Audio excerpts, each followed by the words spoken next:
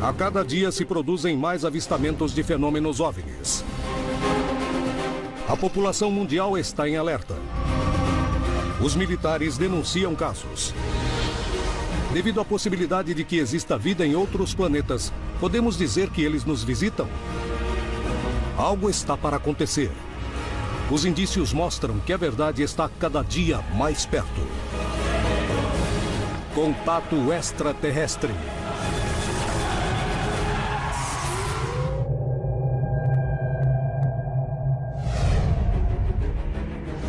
Entre as histórias de OVNIs existem algumas que surpreendem e assustam mais do que outras. Especialmente quando as testemunhas descrevem a presença de seres estranhos ao redor de incidentes. México, 1996. O país inteiro fica aterrorizado com a aparição de rumores sobre um estranho ser, o chupa-cabras. Peruíbe, São Paulo, Brasil, 2008. Em um abrigo de animais acontecem 3 estranhas mortes de cães. A dona do lugar monta uma vigília e vê algo totalmente desconhecido. Peru, 2007. Um grupo de homens faz vigília em um lugar deserto, quando descobrem seres estranhos. Colón, Entre Rios, Argentina. Em uma zona impenetrável, os investigadores tentarão achar uma resposta para a aparição de animais mutilados. É hora de descobrir o que se esconde por trás das histórias de OVNIs e seres. Na minha opinião, a maioria das mitologias e lendas são baseadas em visitas físicas de extraterrestres. De norte a sul, de leste a oeste e em várias outras regiões da América do Sul, principalmente essa parte do mundo, em muitas ocasiões, naves extraterrestres, sondas ufológicas e seres extraterrestres que saem das naves, seus tripulantes, são confundidos com seres divinos ou míticos, dando origem a lendas. As histórias se repetem através do mundo e do tempo. Existe um padrão comum? O que se esconde por trás desses relatos? As mitologias e lendas são baseadas em fatos verdadeiros que perderam o verdadeiro significado ou a origem. Temos lendas, todas elas remetendo ao fenômeno UFO. Porque se alguém de uma região rural, um fazendeiro, pessoas isoladas da sociedade ou afastadas da sociedade, se veem um objeto voador, um disco voador, não vão chamar aquilo de disco voador, mas vão dar aquilo um nome mais compatível com a sua cultura, com a sua religiosidade, com o seu grau de interação com os progressos do planeta. As histórias de avistamentos de estranhos seres são mais fascinantes para os estudiosos do fenômeno OVNI. Isso nos permite descobrir se realmente estamos sendo visitados ou se a necessidade do homem em acreditar provoca tudo isso. É hora de ir buscar respostas. Na manhã de 2 de setembro de 2008, surgiram terríveis notícias na região de Peruíbe, São Paulo, Brasil. Em um abrigo para animais de rua, aconteceu um ataque que deixou os animais mutilados de uma maneira tão estranha que os donos do lugar não conseguiram identificar o que ou quem os atacou. Foi usada uma tecnologia muito sofisticada para se fazer no animal ali no meio de uma mata, ali em uma região de difícil acesso ao local. E o gozado, pelo que eu vi, assim, o estranho na realidade, é que os ferimentos não eram dilacerantes. Quando o animal morde, um predador, ele morde, ele destrói o tecido. Nesse caso, não havia essa destruição. Eram cortes realmente precisos, essas coisas todas. E a morte, como ocorreu a morte desses cachorros, eu fotografei tudo, muito estranho. Qual o motivo desses estranhos ataques? Existe algum tipo de explicação? Os cadáveres dos cães seriam uma peça fundamental para poder explicar o que havia acontecido naquela estranha noite? Um dos caseiros ligou para mim, 6h30 da manhã, dizendo que tinha 3 animais mortos e um gravemente ferido. O ataque tinha acontecido em um lugar onde havia quase 200 cães. O barulho não acordou os donos?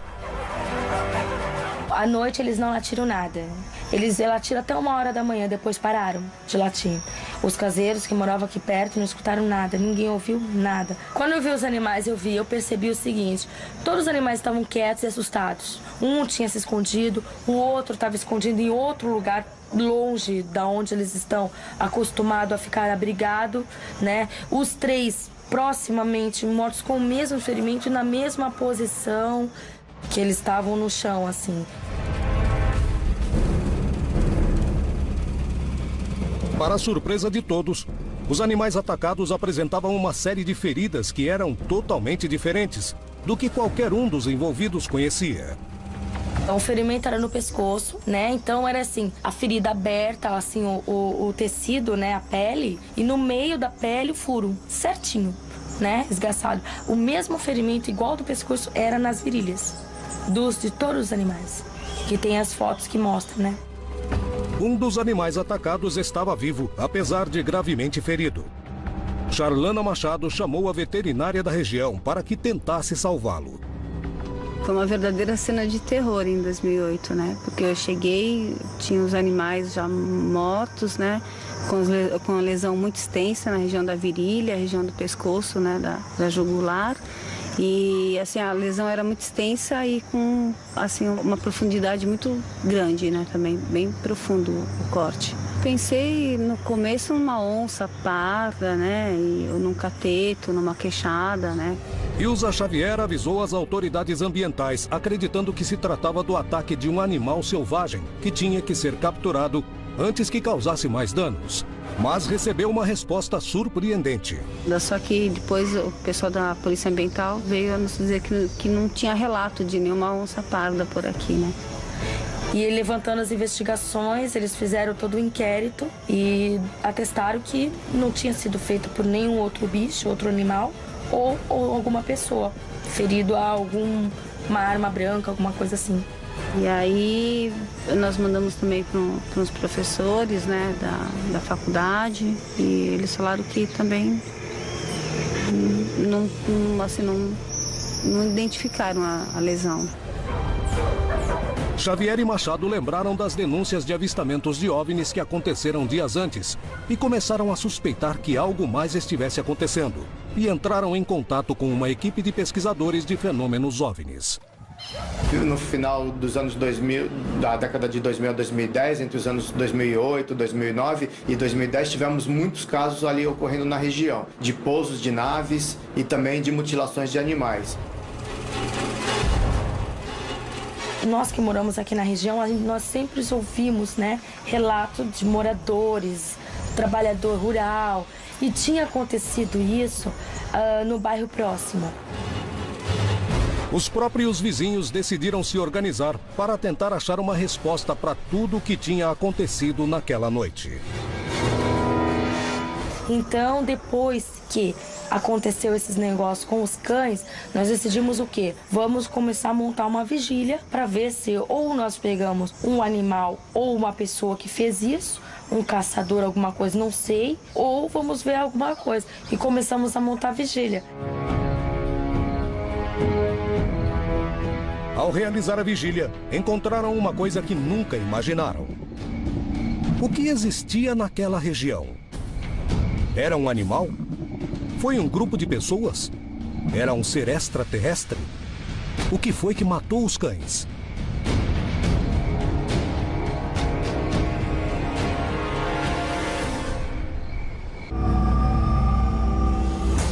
Na América Latina, ocorrem denúncias de avistamentos de fenômenos OVNIs quase diariamente. Não são poucas as ocasiões em que testemunhas denunciam ter visto seres estranhos que parecem não pertencer a nenhuma espécie conhecida. O que se esconde atrás dessas histórias? São verdade ou é a imaginação das pessoas? É hora de conhecer a verdade por trás desses casos. Esses avistamentos acontecem constantemente. Tem dezenas de pessoas que testemunharam esses fenômenos.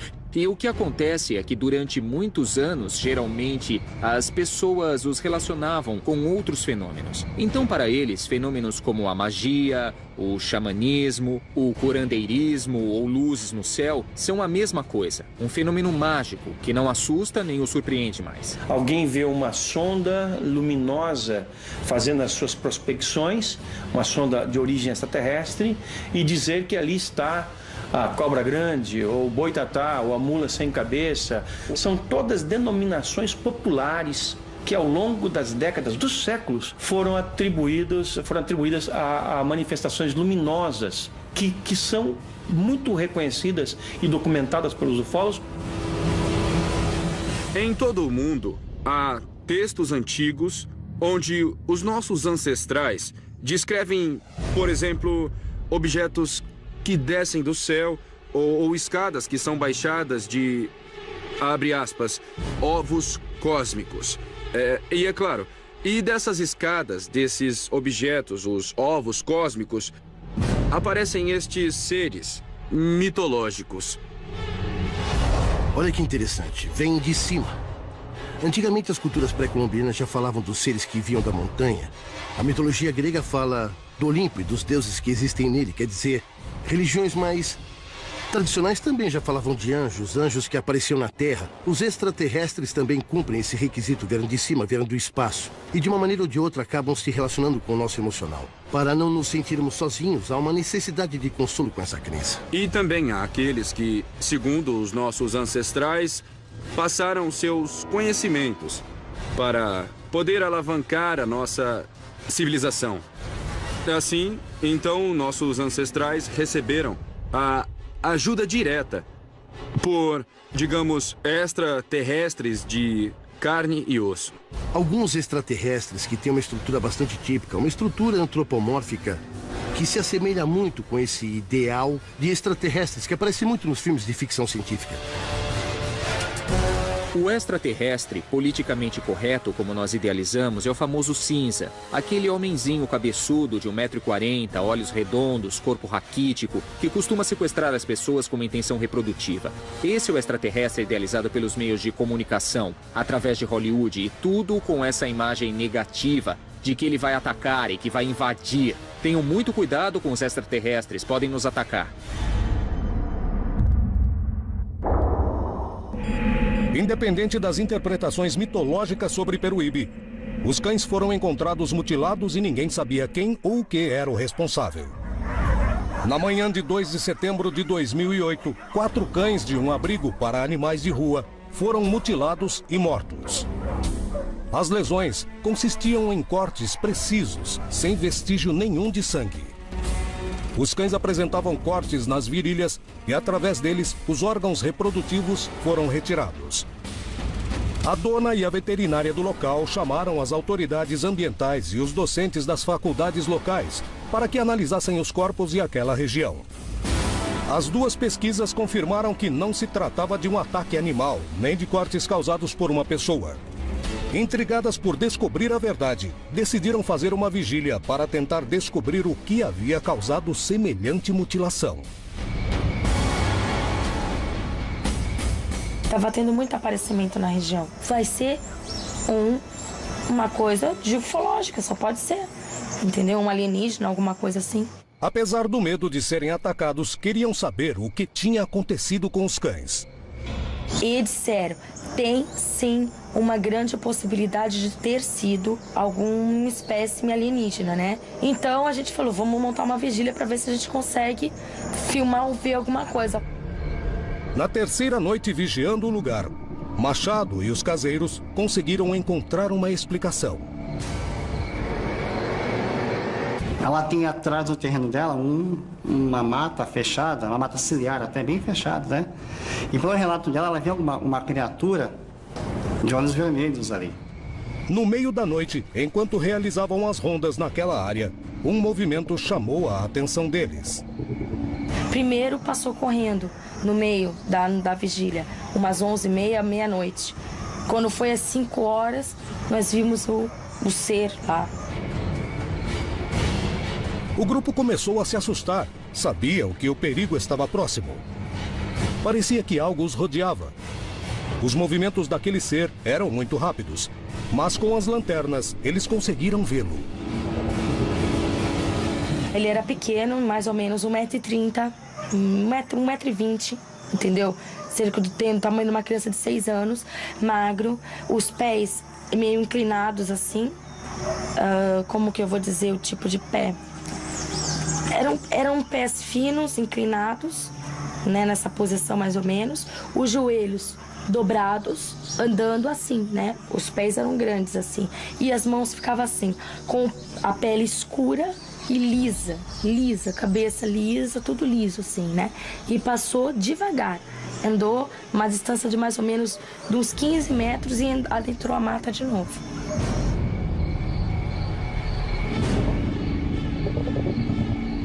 E tem uma outra particularidade, eles não escutaram os cachorros fazer larido, tá? Como é muito cachorro e tem um gatinho também, tem vários gatos, né? Qualquer coisa estranha que aparecesse ali, os cachorros dão alarme. E numa dessas, ela viu a criatura saltar quase uns 3 metros de altura. Eu conheço vários tipos de animais, eu trabalho há muito tempo com animal. E nós ajudamos, inclusive, a Polícia Ambiental a fazer capturas quando eles não conseguem de continência animal, entendeu? E não era nenhum animal. Shalana Machado ficou realmente assustada. Eu falei, não quero mais ver, não quero mais saber disso. Eu não consigo mais ficar aqui nem trabalhar. Entendeu? Porque a gente fica focada, né? E tudo acha que é isso. Então, falei, não quero mais ver, não quero mais. E é muito difícil eu vir pra cá à noite. Eu não venho à noite. O incidente em Peruíbe é só uma das inexplicáveis histórias de pessoas que viram seres estranhos. O que realmente atacou os cães? O que as testemunhas viram? Podia se tratar de um animal desconhecido? Podia ter sido um ser de outro planeta? Não existem conclusões definitivas, mas as provas de que algo aconteceu são impressionantes. É hora de continuar investigando o que se esconde por trás desses episódios. Em abril de 2007, Juan Lozano recebeu uma mensagem extrasensorial pedindo que fosse a um lugar. Mas uma surpresa ainda maior o esperava. Ao chegar no local com o grupo de pessoas, seria testemunha da presença de seres estranhos. Seres que poderiam comprovar a veracidade dessa história. É um caso muito interessante. Juan Lozano teve um sonho e nele diziam para ele ir numa lagoa. E nessa lagoa ele encontraria desenhos arqueológicos feitos nas pedras, chamados petróglifos. As mensagens diziam, você tem que ir. Vão encontrar petróglifos, vão encontrar uma série de manifestações inicialmente naturais. O que eles estavam dizendo é que eles deveriam visitar uma lagoa na área. E as guarigas consistem em mais ou menos 50 lagoas na região, então podia ser qualquer uma delas. Juan Lozano, convencido da mensagem, decidiu organizar uma expedição com um explorador e um grupo de amigos. Eles decidiram ir a uma lagoa, entre aspas, perigosa, devido à sua grande carga energética. Segundo as crenças da região, ela era chamada de Lagoa Negra. Segundo Lozano, na região encontrariam uma série de petroglifos que seriam diferentes de tudo que já foi visto na região. Interessados nesse desafio, decidiram partir.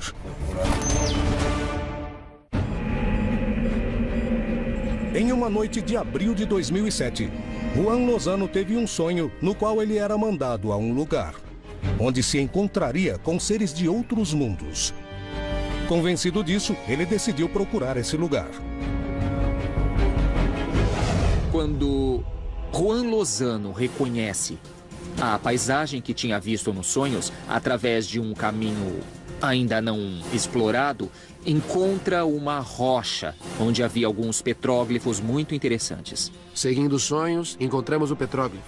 E tudo era verdade. O que eram esses petroglifos? As suas imagens têm algum tipo de explicação? Naquele tempo, os moradores dessa região observavam muito o espaço e representavam as constelações que conseguiam ver nessas pedras. Curiosamente, não tinham sido catalogados pelo Ministério da Cultura. Lozano descobriu petroglifos que ainda estavam ocultos para os antropólogos da região. E esse fato chamou muito a atenção. Como sabiam onde encontrá-los? De repente, de madrugada, eles veem esferas de luz, de cor vermelha alaranjada, que começam a se aproximar da lagoa e do lugar onde eles estavam. E, em um dado momento, de acordo com o testemunho de Juan Lozano e de Nelson Penha Herrera, algumas esferas começaram a descer muito perto da nascente da Lagoa Negra. E eles relatam que viram um grupo de seres humanoides que, pela distância, achavam que tinham cerca de 1,30 m, 1,40 m, de cor verde, que começaram a se aproximar deles. Eu me lembro muito bem das orelhas compridas, dos braços compridos e me lembro muito bem o que o Nelson me dizia. O que vamos fazer, Juan? Nós sentíamos um ambiente pesado. Sentíamos como se algo fosse acontecer. Algo ruim ia acontecer. O que poderia lhes acontecer? Era real o que estavam vendo ou se tratava de algum tipo de alucinação? Enquanto presenciavam o fenômeno, algo mais estranho estava a ponto de acontecer. Nisso começou a aparecer uma luz fluorescente que começou a crescer e se transformou entre os morros num objeto. Poderíamos dizer que era uma nave. Eu calculo uns 500 metros de largura, porque era muito, muito grande. E o lugar ficou muito iluminado. Parecia que era umas 6 da manhã e estava amanhecendo.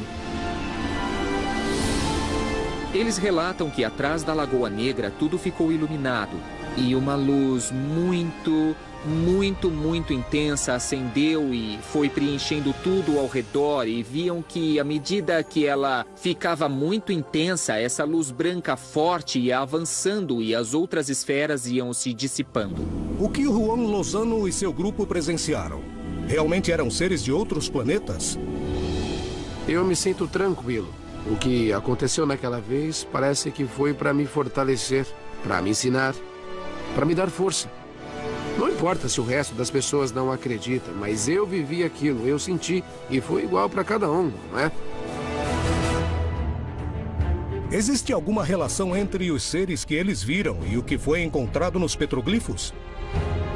Nessas rochas existe alguma mensagem que ninguém ainda conseguiu decifrar?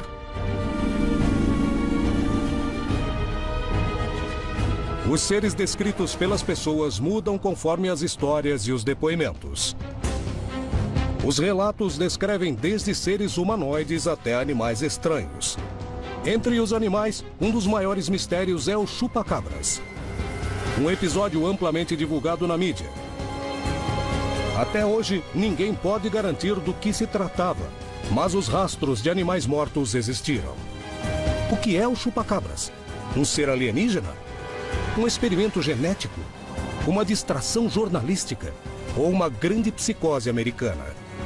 É um fenômeno que me intriga muito. Para mim, o chupacabras é isso, um fenômeno. Não posso dizer se é um animal, se é um extraterrestre, se é um grupo de pessoas.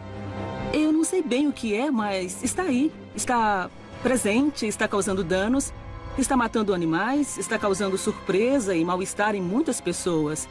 E apesar de não ser mais noticiado nos meios de comunicação, a nossa emissora recebe de jornalistas locais, no mínimo, um relato por mês. São diversas descrições desses seres. Dizem que tem garras, dizem que tem um rabo igual da lagartixa, dizem que tem presas muito grandes. Enfim, há uma mescla incrível de animais, combinações que não se parecem em nada com os animais que conhecemos. Onde e quando nasceu esse fenômeno? As primeiras mutilações aconteceram nos Estados Unidos. Há um padrão de comportamento em relação às mutilações. E os eventos começam em um ponto, depois vão se espalhando e variam de número e local nos Estados Unidos. Começou no México os casos de mutilações e acabaram se espalhando pelos Estados Unidos. Depois acabou se estendendo a 30 estados dos Estados Unidos ao Canadá e depois aos outros países. E foi descendo, chegou até Porto Rico. Em Porto Rico foi batizado de chupa-cabras. Existem teorias que unificam as mutilações dos animais com as do chupa-cabras e outras que as separam. Em alguns casos, os animais aparecem com cortes que parecem ser cirúrgicos. E em outros, têm orifícios por onde parecem ter sido sugados. Em ambos os casos, os animais aparecem mortos e sem uma explicação racional, clara e justificada. Na maioria dos casos, dizem que não ouviram barulho, que não perceberam que os animais eram cuidados por cães, mas nem os cães latiram. É algo que entra, ataca o gado, patos, vacas, ovelhas, cabras, enfim, vários tipos de animais. Pelo que parece, extrai o sangue por 2 buracos feitos no pescoço. Até aí talvez pudéssemos dizer que é algum animal conhecido, mas não é, porque consegue matar até 35 ovelhas em uma noite. Que animal consegue digerir uma quantidade dessas de sangue em apenas uma noite? Foram analisados os cortes dos animais, cortes precisos que só conseguiriam ter sido feitos utilizando laser. Tecnologia humana conhecida há pouco tempo. Foi extraído todo o sangue, com que propósito não sabemos. E além disso, de alguma maneira, o animal foi levado pelo ar e depois de morto deixado em outro local. Então, quando alguém encontra aquele animal totalmente irreconhecível e não encontra pegadas humanas e nem marcas de nenhum veículo que possa ter carregado o animal e deixado lá, o que seria lógico, não é mesmo? Outro fato que é muito estranho nisso é que, além dos orifícios e o animal sem sangue, em algumas ocasiões os órgãos são extraídos. E parece que em alguns casos até foram extraídos cirurgicamente. Então, se eu me guiar somente pelos buraquinhos do pescoço, posso pensar em um animal. Mas quando vejo aqueles cortes precisos, digo não, que animal pode utilizar um bisturi dessa maneira?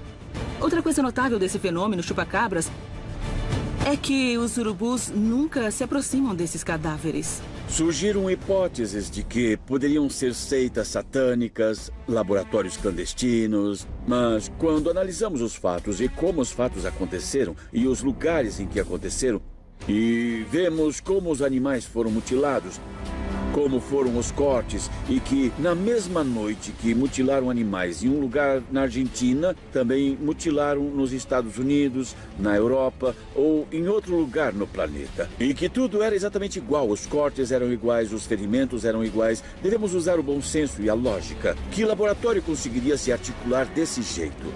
Com essa logística, que seita conseguiria se organizar a esse ponto de fazer na mesma noite, na mesma hora, a mesma operação em lugares completamente diferentes no planeta?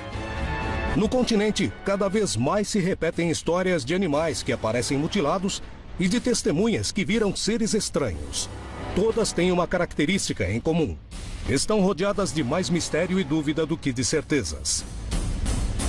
Em 1996, os mexicanos sofreram uma onda de casos, nos quais o gado e animais domésticos apareceram mutilados. Quase 20 anos depois, a explicação oficial continua causando polêmica. Testemunhas, cientistas e pesquisadores estão dispostos a reabrir o caso mais uma vez, na tentativa de entender o que aconteceu por trás daqueles sinistros incidentes. Em 1996, a República Mexicana começa a receber, principalmente de todos os meios de comunicação do país, um grande número de reportagens sobre um animal misterioso que estava atacando principalmente as ovelhas. Bom, talvez possa ser uma espécie de estudo ou de análise para saber como o ser humano vai se comportar diante certos casos ou certos fenômenos que vão surgindo num certo tempo em alguns lugares. Entre os animais que apareceram mutilados, haviam ovelhas, cavalos, vacas, galinhas e perus. Havia 2 perfurações em que podemos considerar o pescoço do animal. Quase não havia sangue. O sangue encontrado era mínimo. E apenas nas perfurações, parecia que tinham cravado um tipo de presa e chupado todo o sangue. Em 1996, uma família de camponeses mexicanos foi testemunha de um fato que não só causou graves danos econômicos, mas que também os deixou surpresos e assustados e esperando uma explicação para tudo isso. Eles estão dispostos a ir atrás da verdade para descobrir do que se tratava. Em 1996, um grupo de mexicanos foi testemunha de uma série de incidentes, mutilações de gado, que aconteceram sucessivamente e cuja explicação oficial continua causando polêmica. 20 anos depois, uma das famílias prejudicadas está disposta a buscar a verdade. E foi aqui que mataram as ovelhas. Foi. O curral não é mais aqui, então... Não, porque isso aconteceu faz muito tempo, faz uns 18 anos. O meu filho era pequeno.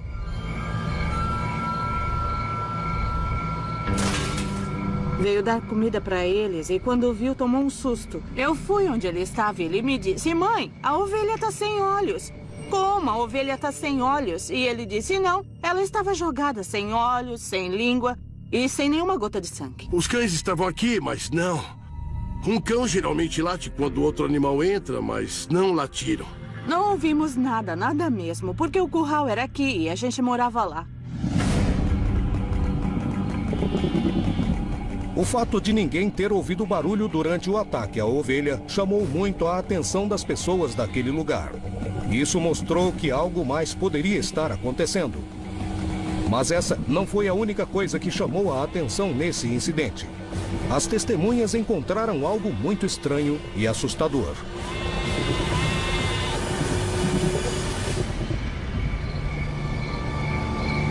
Quando uma ovelha é mordida por um cão, sai muito sangue e o sangue suja a lã. Mas não havia nenhuma gota de sangue porque a ovelha estava branquinha.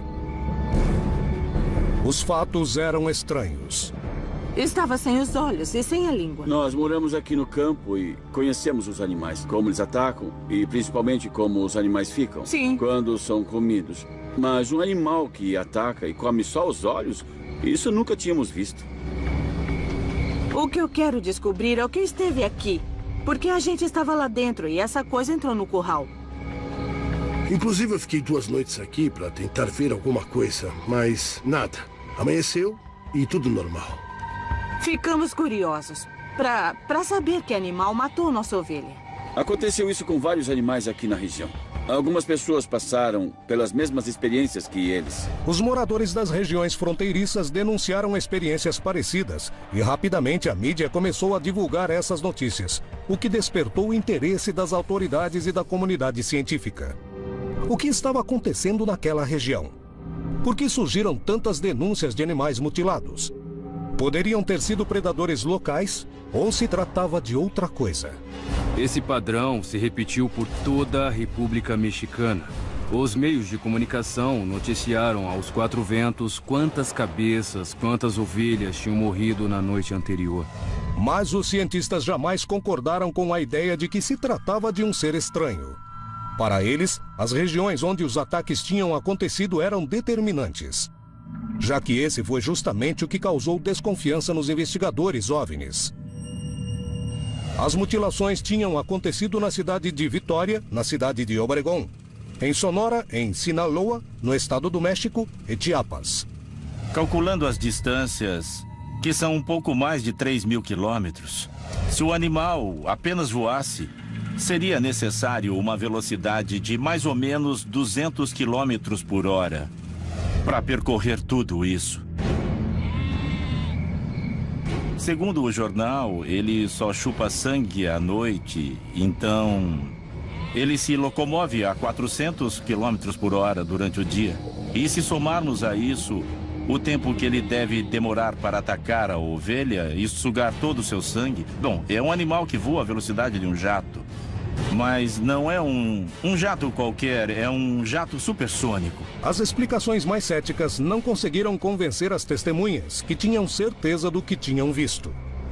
Disseram que era um animal com uma tromba muito comprida, com asas, com um rabo gigante. Os relatos das testemunhas coincidiam nas descrições. Se tratava de um engano? Estavam diante da presença de um animal já identificado, mas incomum para a região? Ou realmente era algo desconhecido? E quando analisamos todos os casos que aconteceram ao norte da República Mexicana, os casos que aconteceram na região central e no sudoeste, vemos que é o mesmo padrão e o ser é descrito praticamente da mesma maneira. Um ser de meio metro, outros garantem que tinha 1 metro e que às vezes atacava umas 30 a 40 ovelhas. Não dá para explicar de um ponto de vista biológico. Se chupou o sangue de mais de 20 ovelhas, e cada ovelha tem 3 litros de sangue, são 60 quilos dentro do estômago. Um animal com 60 quilos dentro do estômago deve pesar 100 quilos. E para um animal de 100 quilos levantar voo, precisaria de asas com cerca de 500 metros. Além disso, com os ossos que fossem de titânio, porque senão quebrariam por causa do peso deste animal. As hipóteses científicas parecem esgotar as possibilidades de se tratar de um animal conhecido. Mas como conciliar o que foi visto pelas testemunhas, os ataques e as análises dos cientistas? Também devemos lembrar que esses ataques acontecem geralmente em comunidades muito afastadas das grandes cidades, e talvez não tenha sido um, e sim muitos animais que atacam aquela região. Chegaram à conclusão que poderiam ser mordidas de cão, mas não havia poças de sangue. A temperatura local era de 45 graus. Quer dizer, todo o sangue tinha coagulado por causa do forte calor que fazia na região. A comunidade científica tinha dado seu veredito, mas os investigadores e as testemunhas continuavam com algumas dúvidas. Por que os cães atacariam tantos animais e em regiões diferentes ao mesmo tempo? Por que não deixavam pegadas e nem latiam? Por que os urubus não se aproximaram? E o que existe por trás dessas histórias? Para mim, é um desses mitos produzidos em momentos de crise social. Tudo isso surgiu num momento de crise muito particular. Quando estamos passando por uma seca extremamente severa, principalmente na região norte, com a morte de muitos animais. O problema é quem arca com todo esse prejuízo. De certa forma, se essas mortes forem atribuídas ao chupacabras, por exemplo, talvez o governo acabasse arcando com todos esses prejuízos. Esse animal que ataca é um animal muito incomum. Nunca vimos um animal desse tipo. Os cientistas têm razão? Os pesquisadores têm razão? Em cada região existe uma explicação diferente para esses ataques. Ninguém consegue descobrir o que é. A única certeza é que os animais continuam aparecendo mortos em circunstâncias totalmente estranhas.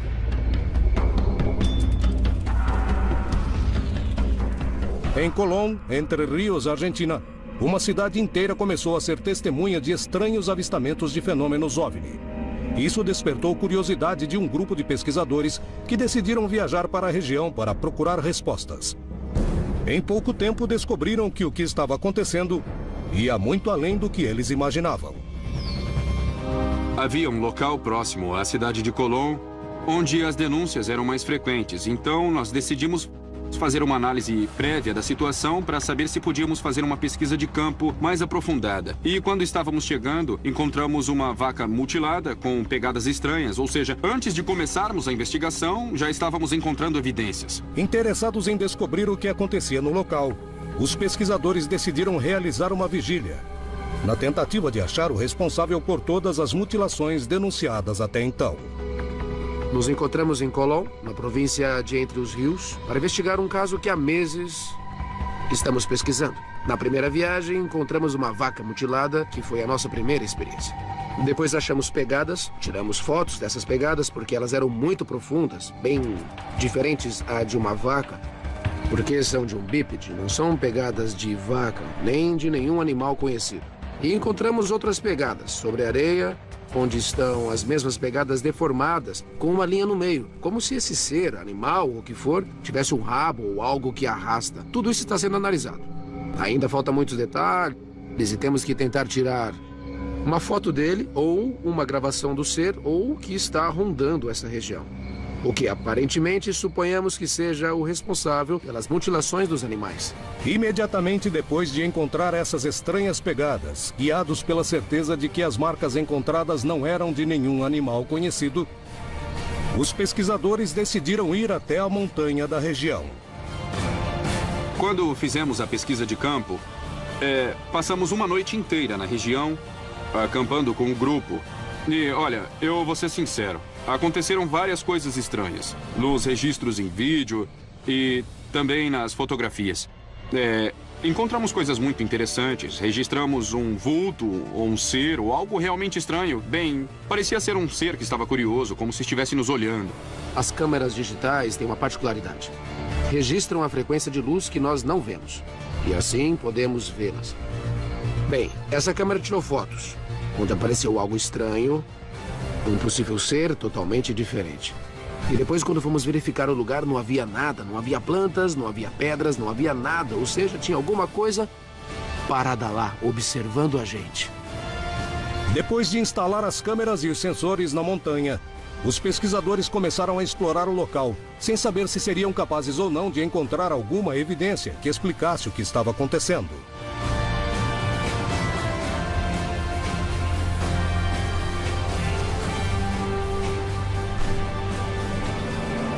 Bem, chegamos na região da montanha. Então, vamos nos dividir. Martim para um lado, Júlio para o outro. Dividam-se. E vamos ver o que acontece. Rapazes, aqui tem alguma coisa! Tá se movendo! Um estranho barulho coloca todos em alerta e eles correm para tentar ver o que se moveu na vegetação. Rapazes, aqui! O que aconteceu naquele lugar? Conseguirão encontrar evidências concretas que expliquem as estranhas mutilações?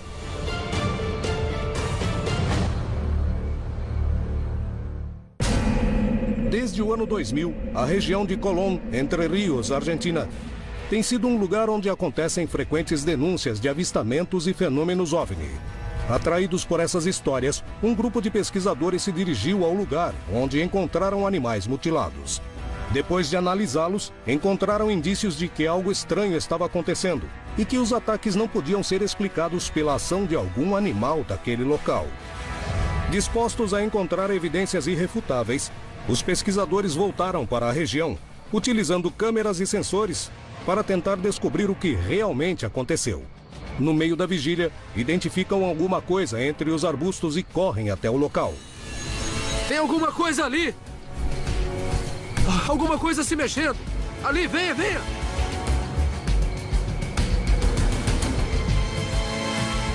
Cuidado.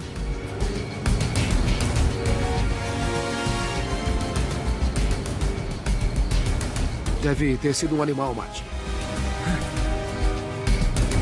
Lá em cima, lá em cima! Vamos!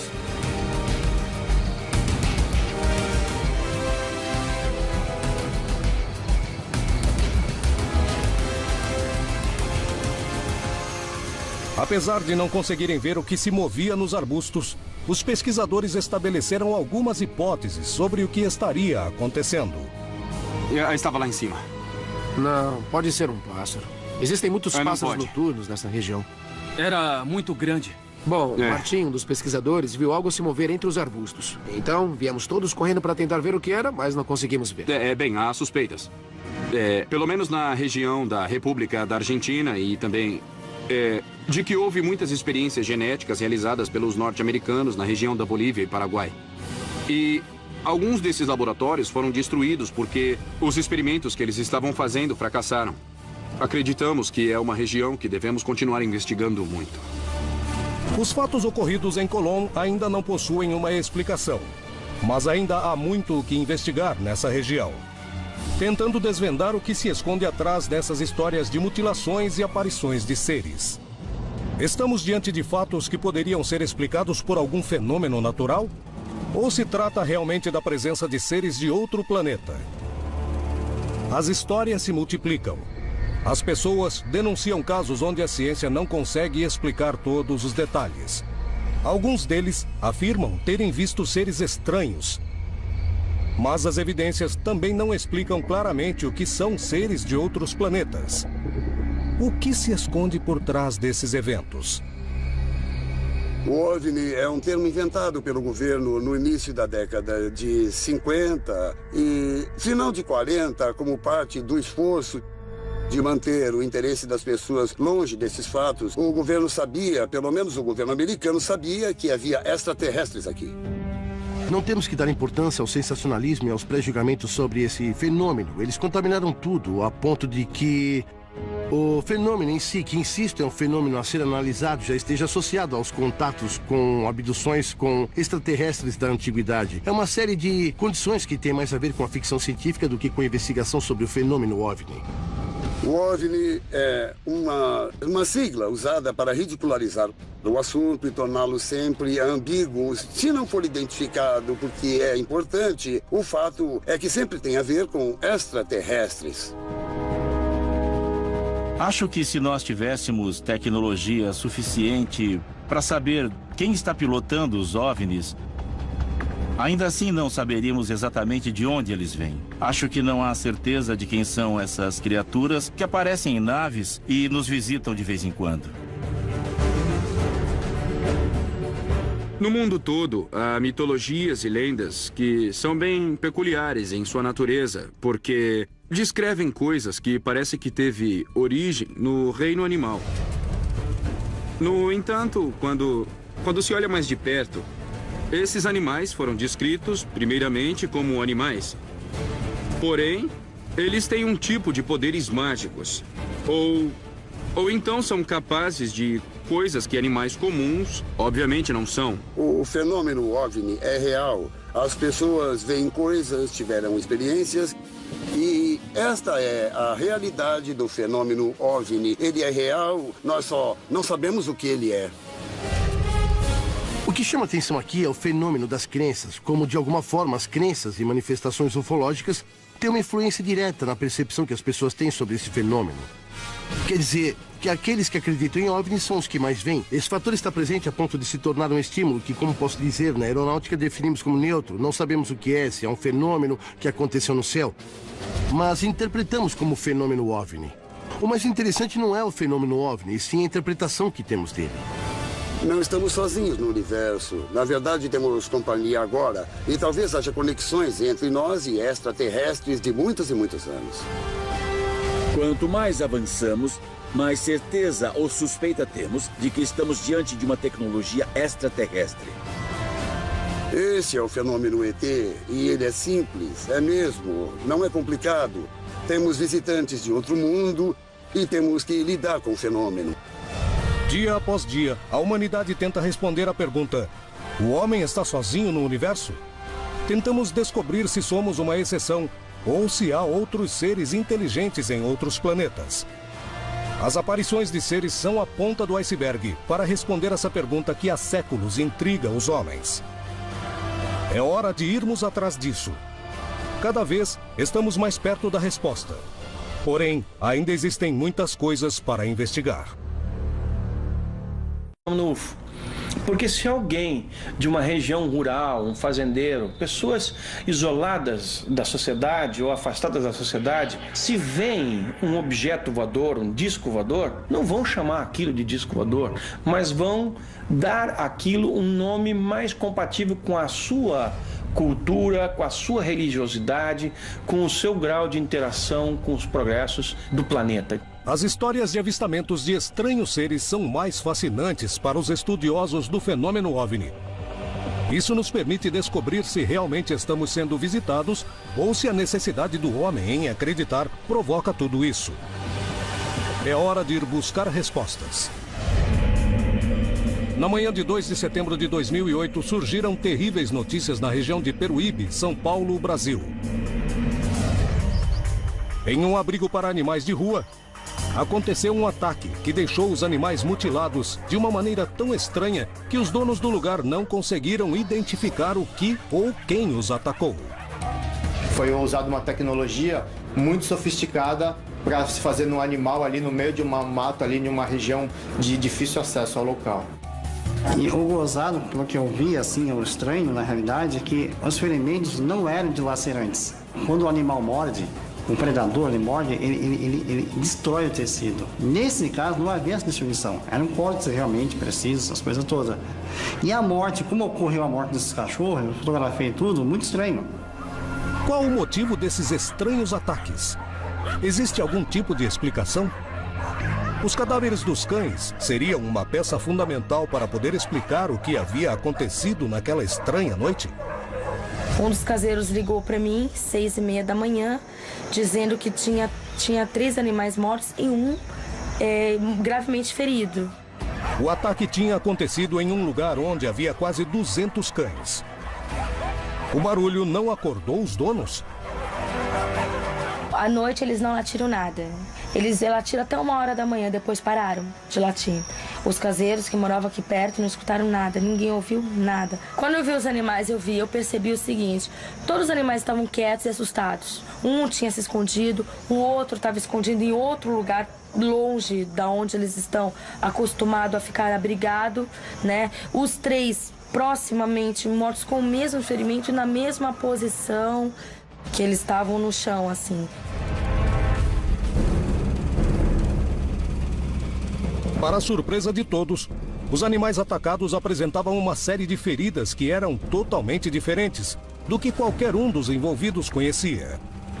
O ferimento era no pescoço, né? Então era assim, a ferida aberta, assim, o tecido, né? A pele, e no meio da pele o furo, certinho, né? Esgaçado. O mesmo ferimento, igual do pescoço, era nas virilhas de todos os animais, que tem as fotos que mostram, né?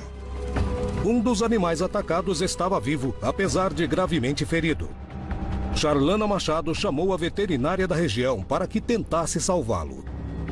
Foi uma verdadeira cena de terror em 2008, né? Porque eu cheguei, tinha os animais já mortos, né? Com a lesão muito extensa na região da virilha, região do pescoço, né? Da jugular.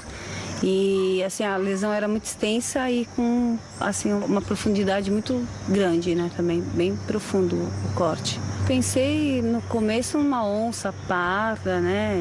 Ou num cateto, numa queixada, né? Ilza Xavier avisou as autoridades ambientais, acreditando que se tratava do ataque de um animal selvagem que tinha que ser capturado antes que vigília em um lugar deserto, quando descobrem seres estranhos. Colón, Entre Rios, Argentina. Em uma zona impenetrável, os investigadores tentarão achar uma resposta para a aparição de animais mutilados. É hora de descobrir o que se esconde por trás das histórias de OVNIs e seres. Na minha opinião, a maioria das mitologias e lendas são baseadas em visitas físicas de extraterrestres. De norte a sul, de leste a oeste e em várias outras regiões da América do Sul, principalmente essa parte do mundo, em muitas ocasiões, naves extraterrestres, sondas ufológicas e seres extraterrestres que saem das naves, seus tripulantes, são confundidos com seres divinos ou míticos, dando origem a lendas. As histórias se repetem através do mundo e do tempo. Existe um padrão comum? O que se esconde por trás desses relatos? As mitologias e lendas são baseadas em fatos verdadeiros que perderam o verdadeiro significado ou a origem. Temos lendas, todas elas remetendo ao fenômeno. A cada dia se produzem mais avistamentos de fenômenos OVNIs. A população mundial está em alerta. Os militares denunciam casos. Devido à possibilidade de que exista vida em outros planetas, podemos dizer que eles nos visitam? Algo está para acontecer. Os indícios mostram que a verdade está cada dia mais perto. Contato extraterrestre.